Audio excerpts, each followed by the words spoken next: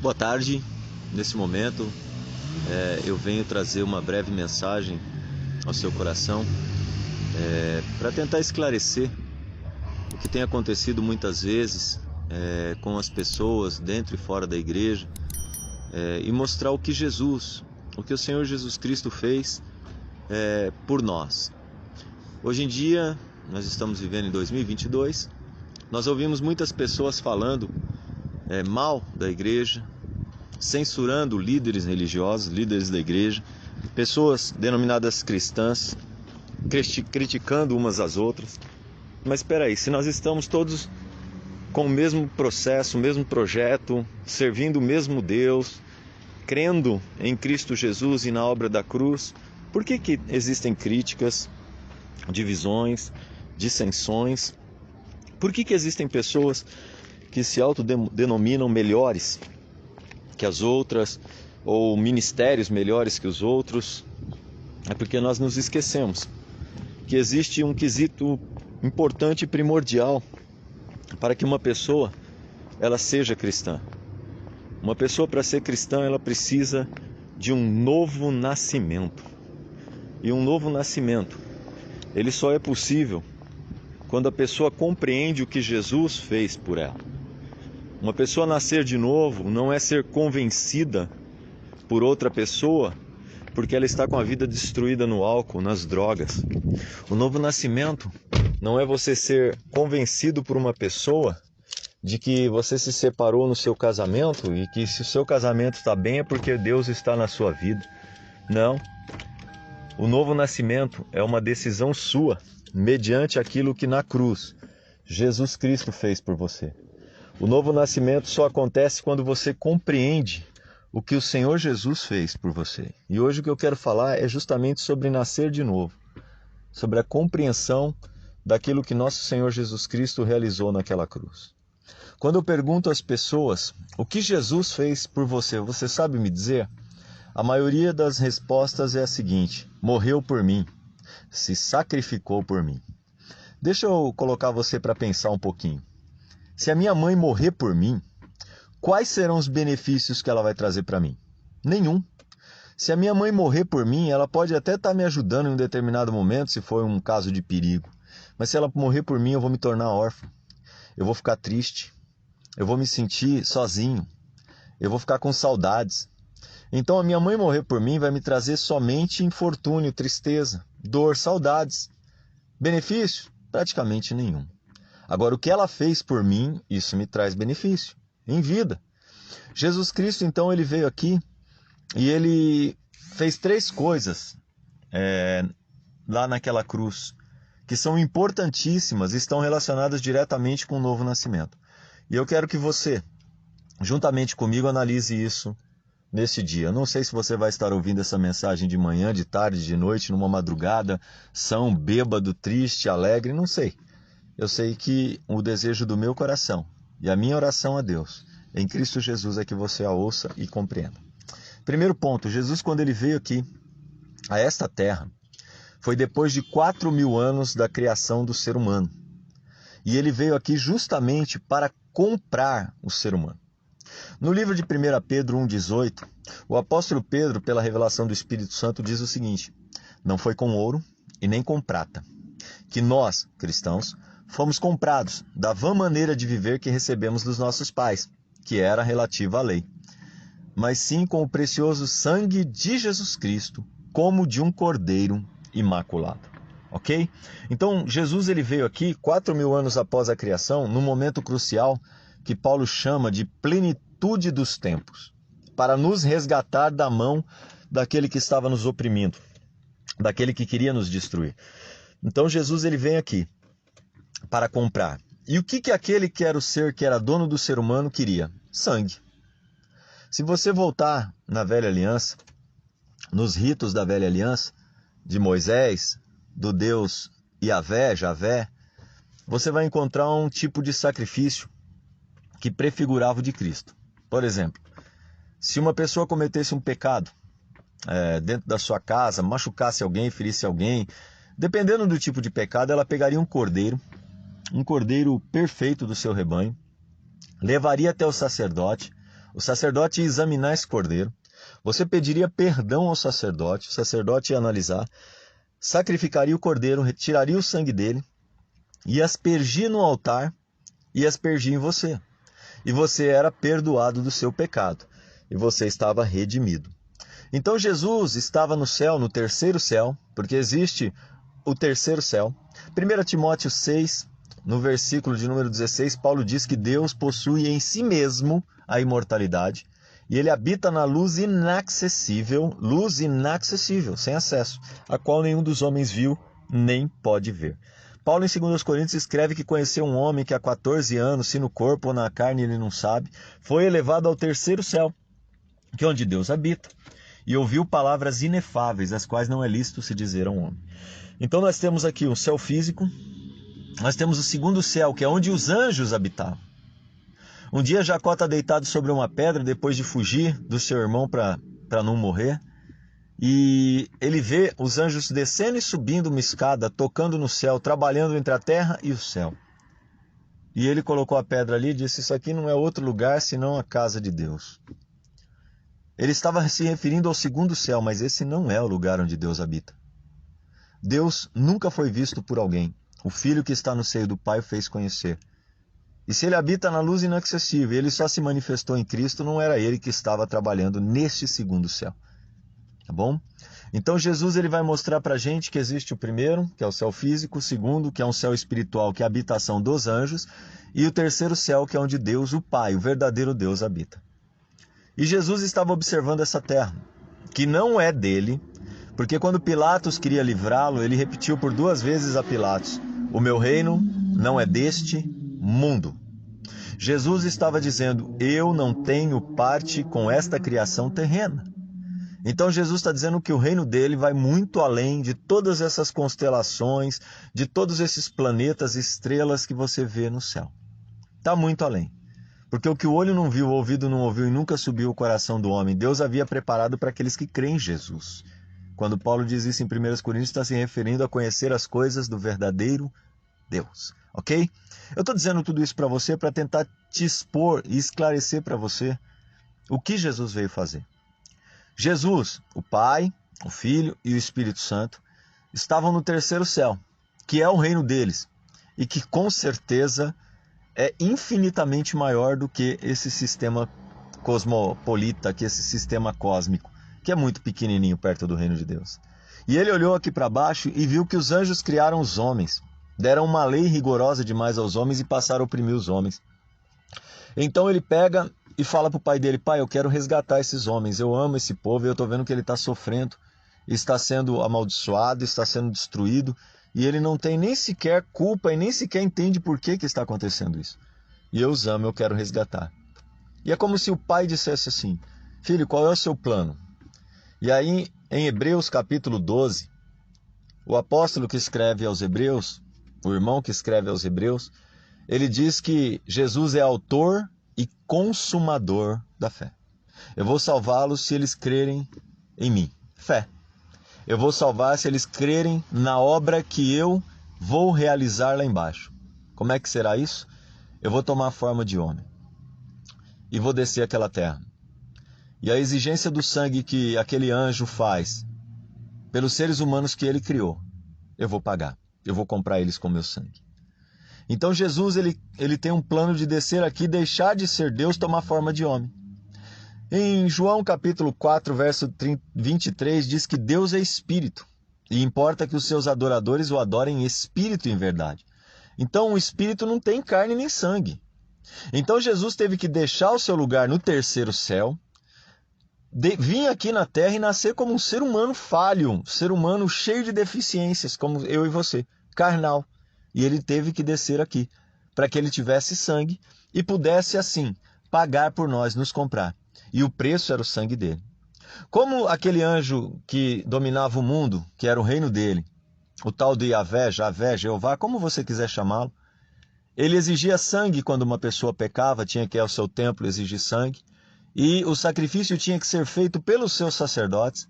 Jesus teve que descer aqui e tomar forma de homem, para que ele fosse o Cordeiro de Deus, do Deus verdadeiro, que salva o homem do pecado, que salva o homem da mão dos anjos, que salva o homem deste mundo e resgata ele para que ele possa passar a eternidade com o Pai. Ok? Vamos ver se isso é verdade? Filipenses capítulo de número 2, versículo 1. O apóstolo Paulo diz que Jesus, sendo imagem de Deus, não teve por usurpação ser igual a Deus. Antes, ele aniquilou a si mesmo. Aniquilar significa se despojar de tudo.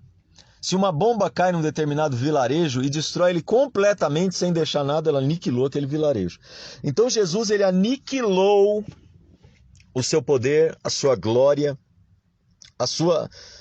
o seu estado de Deus e desceu aqui na terra e se tornou homem, fraco, sujeito às mesmas fraquezas e debilidades que a gente. Então Jesus vem aqui, toma forma de homem, porque o propósito dele era pagar por nós, com o seu sangue. Ele aniquilou a si mesmo, tomou forma de homem, servo, foi humilde e se tornou maldito naquela cruz por nós. Na lei da velha aliança, que os anjos haviam dado a Moisés no Monte Horebe, dizia que maldito é aquele que permanecer nessa lei para cumprir. E aquele que quebrasse a lei e fosse pendurado no madeiro também era maldito. Então Jesus desceu aqui e além de ter que pagar por nós com seu sangue, ele tinha que cancelar esse escrito de dívida que é contra nós nas ordenanças, que era a lei, e trazer uma nova lei, que é a do amor que não existia. Então Jesus, ele desce aqui, toma forma de homem, servo, humilde, e vai à morte de cruz, que era para maldito, recebendo sobre si todas as nossas maldições, todos os castigos prescritos na lei da velha aliança. Jesus recebeu como se ele tivesse quebrado todos eles, 613 ordenanças. Nós pensamos que os 10 mandamentos que foram dados lá no Monte Horebe, no meio do fogo, no terror, no medo, na gritaria, cheio daquelas trevas e do fogo, aquele monte revolvendo, nós pensamos que aqueles são os únicos mandamentos. Mas não, existem muitos outros. Se uma mulher adulterar, a mulher não pode adulterar, é mandamento, porque se ela adulterar tem que ser apedrejada e morta. A virgem perdeu a virgindade, estando fora de um relacionamento fixo, de um casamento, ela tem que ser apedrejada. O filho é rebelde, contumaz e não quer parar com a rebeldia dele, tinha que ser levado à porta da cidade, apresentado aos juízes, aos anciãos, apedrejado e mortos. Então Jesus, ele veio aqui e recebeu o castigo sozinho na cruz, que todas aquelas ordenanças haviam estipulado. Sozinho ele recebe todos esses castigos. Sabe por quem? Por mim e por você. E por fim, o ser humano foi criado lá no Jardim do Éden. Eu quero colocar você para pensar.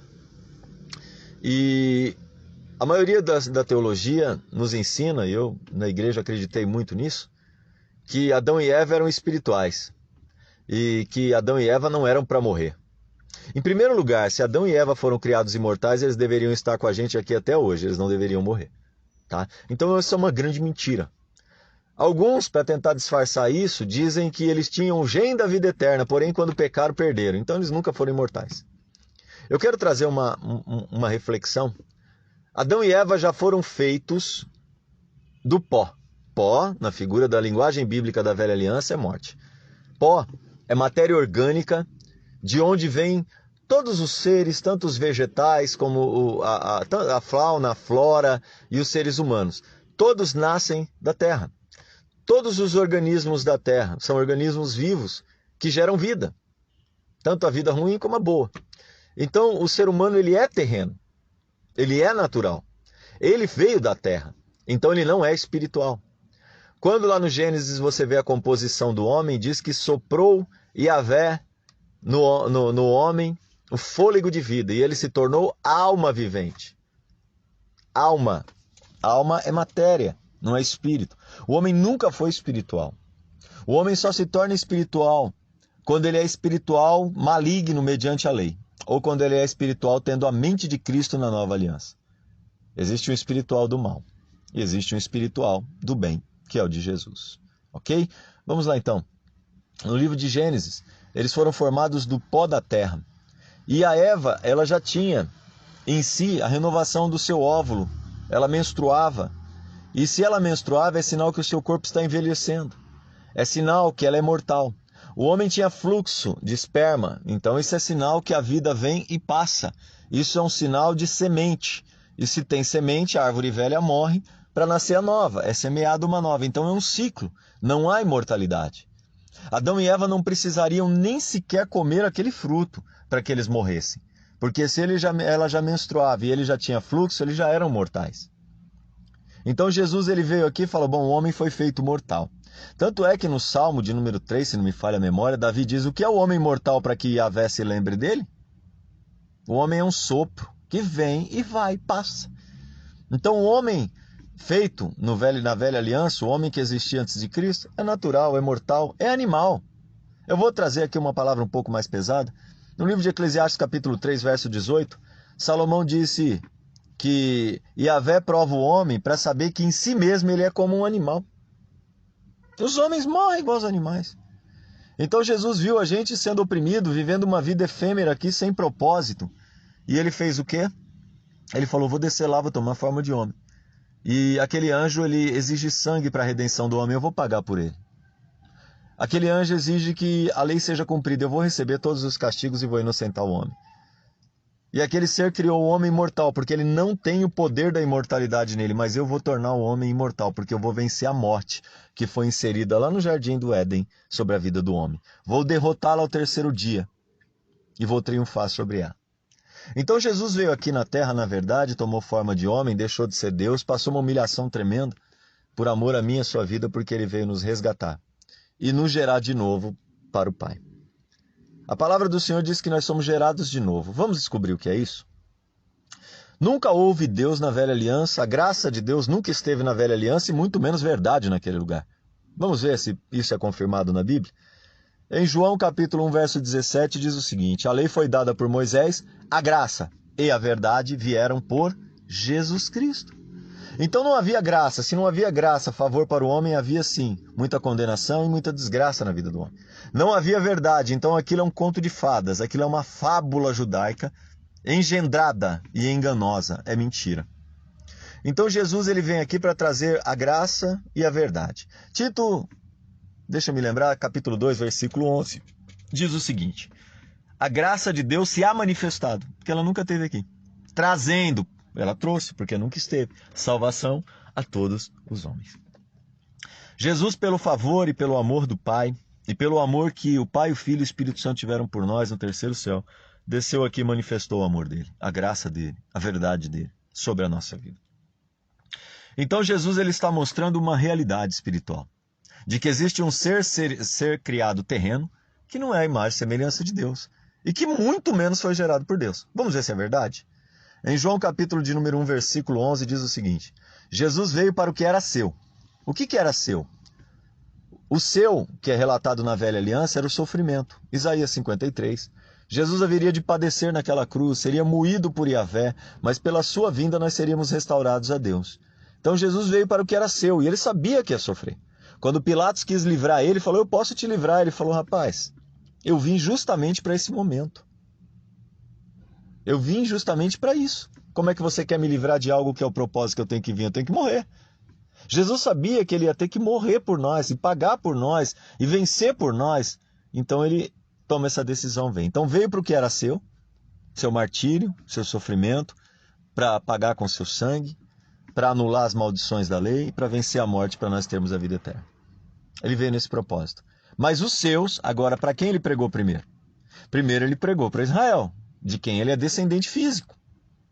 Então ele disse, veio para o que era seu, mas os seus, agora a descendência, ou a ascendência, ou os que estavam com Cristo, os seus conterrâneos, os seus não receberam. Jesus ele diz, eu não fui enviado senão as ovelhas perdidas da casa de Israel. Jesus veio primeiramente pregar para Israel, pregar para os judeus e mostrar para eles que havia um Salvador legítimo e verdadeiro, que aquele da velha aliança era falso, só que eles não receberam. Eles não quiseram a Jesus. Mas Jesus continua sendo o Salvador, tanto deles como nosso. Então eles nunca tiveram um Salvador na sua vida. Eles nunca tiveram Deus. Eles eram do diabo. Vamos ver se é verdade? Se Jesus veio para o que era seu, mas os seus não receberam, o que estava acontecendo? Estava acontecendo o seguinte. Em João capítulo de número 3, havia um religioso chamado Nicodemos, mestre da lei, líder da sinagoga e um dos príncipes de Israel. E ele vê Jesus, um carpinteiro, 30 anos, pessoa simples, caminhando, arrastando uma multidão curando pessoas, restaurando vidas, ressuscitando mortos, multiplicando pão, demonstrando um amor que nunca houve nesse mundo. E ele fica esbasbacado, ele fica bobo e ele fala, eu preciso falar com ele. Com certeza o Espírito Santo o impulsionou. E ele diz, eu preciso falar com esse homem. Só que havia um probleminha. Se Nicodemos desse um passo a caminho de Jesus, se encontrasse com Jesus e um religioso da sinagoga ou do sinédrio visse, ele seria expulso da religião. Como dizem hoje no sistema religioso, seria excomungado. Ele estaria fora. E não é fácil uma pessoa que já é um ancião, ele devia ter de 80 anos para frente, trocar tudo que ele aprendeu a sua vida inteira pela palavra de um carpinteiro que ele conheceu ontem. É muito difícil. É muito difícil você abandonar o sistema religioso onde você ficou inserido, mesmo que a verdade comece a latejar no teu coração. Por quê? Porque você aprendeu aquilo a vida inteira. Mas a verdade não deixa de ser verdade porque a tua vida inteira você foi enganado. Então Jesus Cristo, ele está ali no mesmo lugar de sempre e Nicodemos toma uma decisão. Ele foi inteligentíssimo. Ele falou, eu vou falar com ele e eu vou de noite escondido. Se ele for o Messias, eu me converto a ele. Se ele não for quem eu estou pensando, eu simplesmente volto para a minha religião e acabo os meus dias lá. Foi super inteligente. Então ele vai ter com Jesus à noite e diz, mestre, bem sei que tu é mestre vindo de Deus, porque ninguém pode fazer o sinal que tu faz se Deus não for com ele. Jesus não dialoga com ele. Jesus simplesmente diz, se você não nascer de novo, você não vê o reino. Se você não nascer de novo, você não vê o reino. O que ele queria dizer com isso? Nicodemos, você nunca viu nada de Deus. Você está há mais de 80 anos em uma religião e você nunca viu nada de Deus. E Nicodemos, na sua ignorância, diz, Jesus, como pode ser isso? Como que eu vou voltar para a barriga da minha mãe sendo velho e nascer outra vez? Não dá. Eu já sou velho. Jesus olha para ele e disse, Nicodemos, quem nasce naturalmente, do processo natural da carne é carne, mas quem nasce do Espírito é Espírito. Por isso eu te digo, Nicodemos, se você não nascer da água, batismo, e do Espírito, entendimento de Cristo, de quem é Cristo, do Evangelho, você não entra no reino. Quando eu comecei ministrando aqui, eu falei para você que é necessário nascer de novo. Eu estou falando aqui em João capítulo de número 3 de uma pessoa que era top das galáxias na religião dele.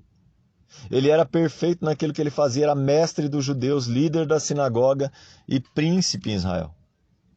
Ele conhecia tudo. Tudo que era referente à lei ele já tinha operado, sacrifícios, tudo que era necessário fazer. Ele sabia fazer. E Jesus disse que ele nunca viu nada de Deus e que ele estava fora do reino de Deus se não batizasse. Esse homem entra em choque. O novo nascimento é você ser gerado de novo quando você desce aquelas águas do batismo. Muita gente diz assim, não, eu não preciso batizar não. Não batiza não. Fica do jeito que você está para você ver o que vai acontecer. Jesus Cristo, ele vem aqui e ele diz que eu tenho que nascer de novo. Veio para o que era seu, mas os seus não o receberam. Porém, todo aquele que o recebe, lhe é dado poder de ser feito. Se é me dado o poder de ser feito, é porque eu nunca fui. Eu tenho que ser feito de novo. Eu tenho que ser feito filho de Deus, porque eu não era filho de Deus. Então Jesus diz que tem que nascer de novo. Por quê? Em João 1, capítulo de número 13, disse, a saber, os filhos de Deus não são os nascidos nem da carne, naturalmente, como Nicodemos pensava, nem do sangue, naturalmente também do sangue, por genética, e nem da vontade do papai e da mamãe, nem num relacionamento sexual de um casal. Os filhos de Deus são os nascidos de novo. São os que nasceram do Espírito. Então, o novo nascimento é essencial para identificar se uma pessoa é cristã ou não. Infelizmente, hoje, muitas vezes eu até me pego censurando determinadas coisas, pessoas que são nossos mestres, líderes, censurando determinadas coisas, e se esquecem que as pessoas no meio político, que as pessoas muitas vezes no sistema religioso que se diz cristão, que pessoas que andam ao nosso redor, com quem nós trabalhamos, que se acham boas, não nasceram de novo. O novo nascimento é operado no batismo quando a pessoa crê no sacrifício de Cristo na cruz de coração, de verdade. Eu não posso me batizar simplesmente porque eu estou com medo de ir para o inferno. Porque todos os meus amigos foram para a igreja, agora eu vou também porque eu não quero ficar sozinho. Não, eu me batizo porque eu criei de todo o coração no que Cristo fez na cruz. O que ele fez na cruz? Verteu seu sangue para me comprar. Recebeu todos os castigos da velha aliança no meu lugar. E venceu a morte porque Deus desejou que nós passássemos a eternidade com Ele, ao seu lado, no terceiro céu, na casa dele. Nicodemos, não entendendo isso, falou: como é que pode ser isso? Como que eu vou nascer outra vez, Jesus? Jesus explicou para ele. Presta atenção nisso. Quando uma pessoa nasce no modo natural, papai e mamãe namorou, o espermatozoide foi no útero, gerou um pequeno embrião, é formada uma bolsa, onde esse embrião se desenvolve, se torna um feto, uma bolsa de água, que aos 9 meses estoura e a gente vem ao mundo. Esse é o nascimento natural, que Nicodemos conhecia bem. Tanto é que ele disse: como eu vou voltar para a barriga da minha mãe e tornar a nascer? Não dá. Ele sabia que isso era impossível.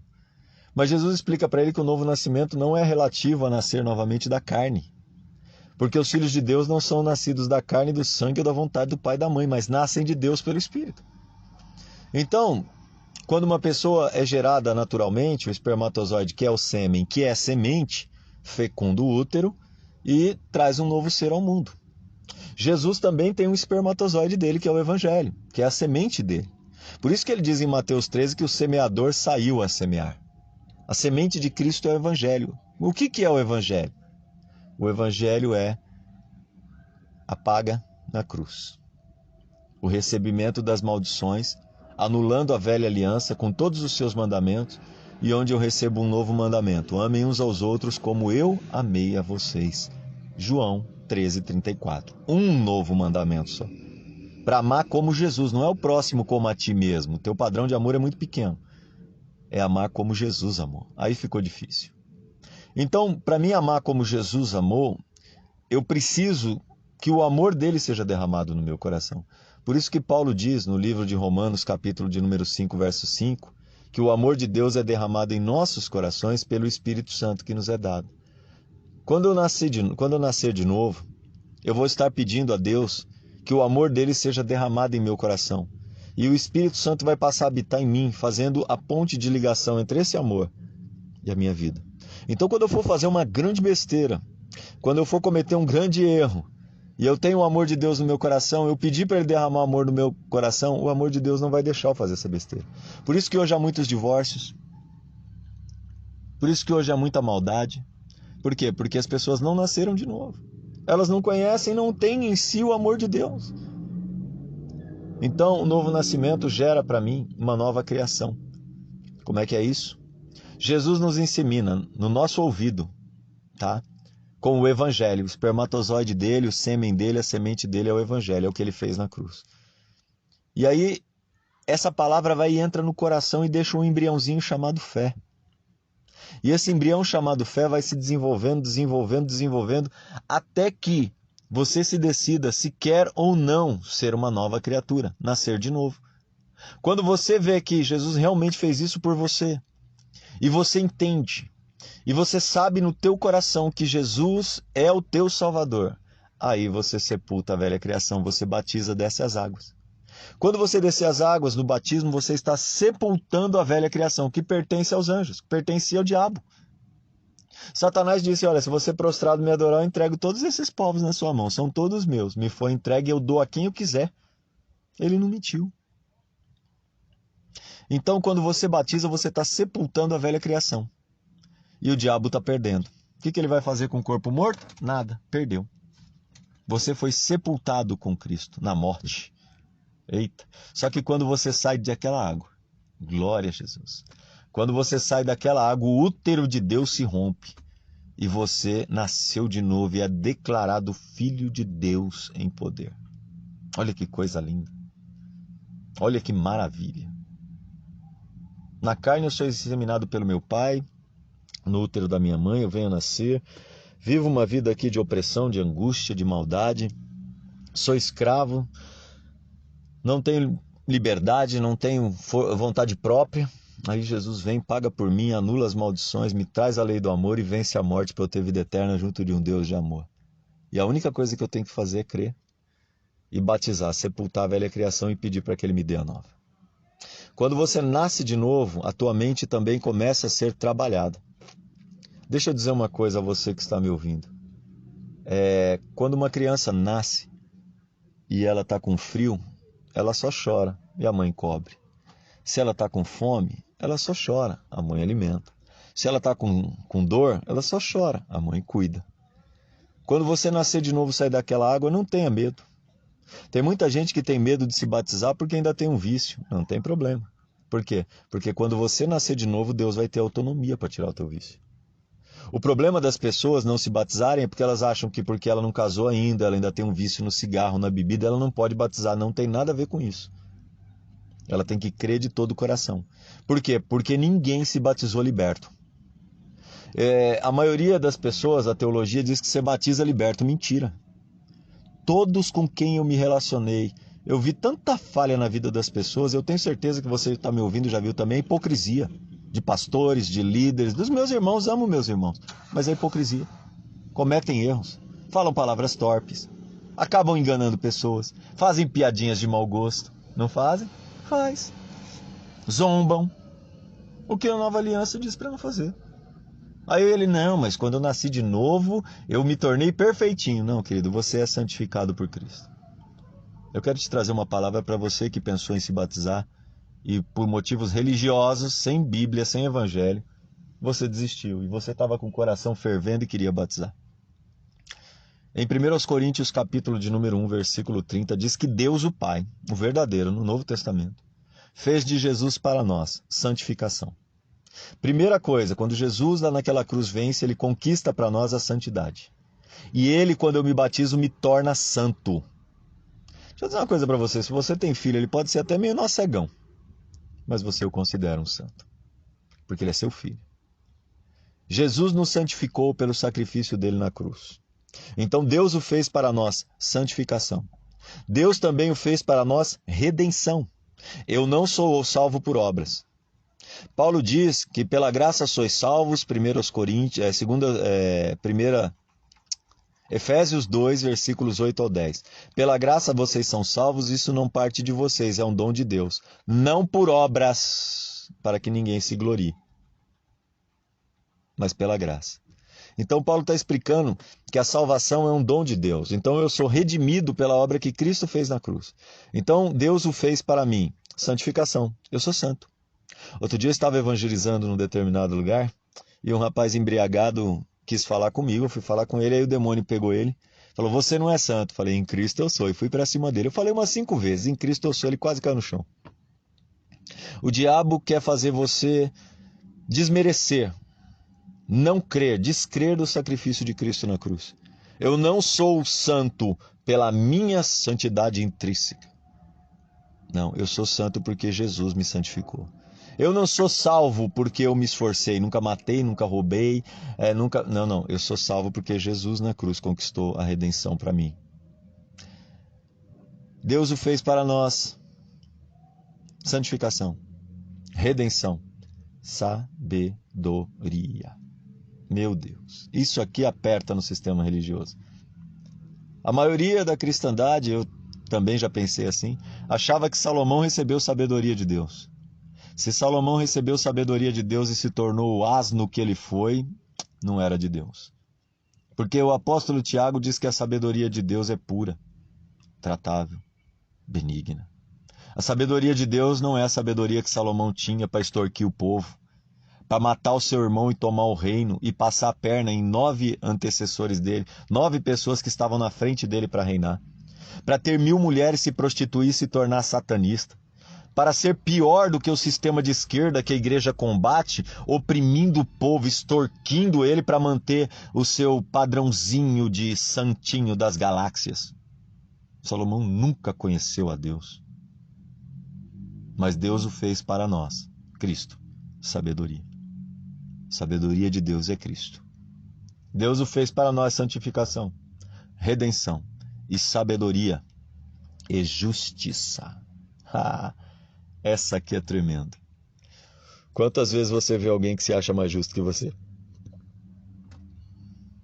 E verdadeiramente, existem pessoas que praticam mais a justiça umas do que as outras. É verdade. Agora, isso não quer dizer que Cristo não me justificou. Deus o fez para nós, santificação, sabedoria, redenção e justiça. Uau! Então eu sou justo, sim, em Cristo sou. Mas e se eu cometer um erro? Se eu cometer um erro, eu vou sofrer as consequências. Se eu fizer uma injustiça, eu vou sofrer o agravo, mas eu não deixo de ser justificado diante de Deus. Por quê? Porque Cristo é a minha justificação.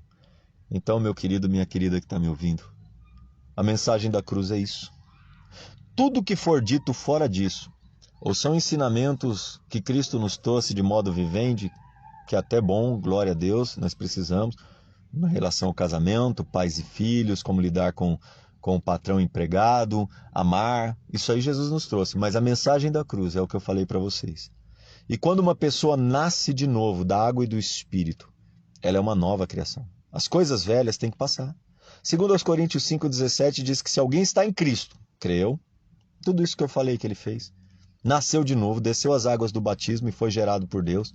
Quando você saiu da água de batismo, o útero de Deus se rompeu e você foi declarado filho de Deus. Quando você crê em tudo isso que eu estou falando para você, você nasceu de novo. E aí você passa a ver o reino. E aí você entrou no reino. E aí você é filho de Deus. E aí você, como está em Efésios 2, 5, 6, foi assentado com Cristo na região celestial, acima de principado, potestade e domínio. Ou seja, de todos os anjos que na velha aliança estavam lá bagunçando com você, você foi posto acima deles. Não é só de Satanás e seus demoninhos, seres inferiores, não. Acima dos anjos. Colossenses 2, 15, 14, 15.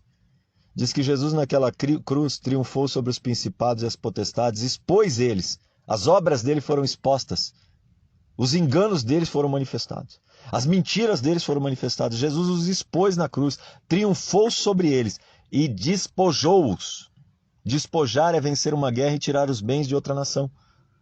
Então Jesus venceu a batalha e despojou os bens dos anjos, dos principados, das potestades, de Satanás, de Yahvé, que éramos nós. E nos fez dele. Nos comprou para o Pai. Jesus pagou caro por você. Não menospreze o amor dele. Jesus continua a te chamar porque ele te ama. Cuidado com as mensagens religiosas. Cuidado com o julgamento primário que muitos fazem. Cuidado com a história de que você tem que estar no sistema religioso para poder ser salvo. Não. A comunhão do corpo de Cristo é você amar pessoas. Quando a gente se reúne em Cristo, a gente escuta mensagens do Evangelho que vão sempre edificar a nossa fé. Exortar, edificar, promover o crescimento espiritual para nós. Então hoje, meu querido, minha querida, é um dia especial para você. Eu estou gravando essa mensagem aqui num domingo. Eu saí para evangelizar, não há pessoas na rua e eu resolvi gravar para você. Se você crê em Jesus de todo o seu coração, se você crê que você pertencia ao diabo e ele estava te detonando, porque eu não acredito que uma pessoa que pertence a Deus, ele larga jogado, bêbado, faz o marido bater, desprezado como os filhos largados dos pais, enfim, para a violência, para o crime, drogas e uma série de outras coisas. Não, esse não era Deus. O Deus verdadeiro vai tomar conta de você em todos os momentos da sua vida. E ele já preparou para o Espírito Santo habitar em você. E você ser guiado por ele. Para que toda a sorte de bênção da região celestial desça sobre a sua vida, como está em Efésios capítulo 1, versículo 3. Um beijo no seu coração. Eu quero orar pela sua vida. Que sejam bloqueados agora, em nome de Jesus, todas as ações, tanto do diabo como da sua cria Satanás, dos anjos. Sejam bloqueadas agora todas as ações do maligno contra essa vida que está me ouvindo. Em nome de Jesus eu proíbo de agir na vida deles. Eu quero, Senhor meu Deus, pedir, porque ao diabo eu ordeno, ao Senhor eu peço. Abre o entendimento dessa pessoa. Faz com que ela compreenda a largura, a altura, a profundidade do teu amor por ela. Tome a sua decisão. E que aí o Senhor, com todo o seu amor e a sua graça, conduza essa pessoa, lhe dê direção pelo teu Espírito. Muito obrigado, Jesus, por tudo que fez, que faz e que ainda há de fazer na minha vida e daqueles que me ouvem. Graças te damos. Amém.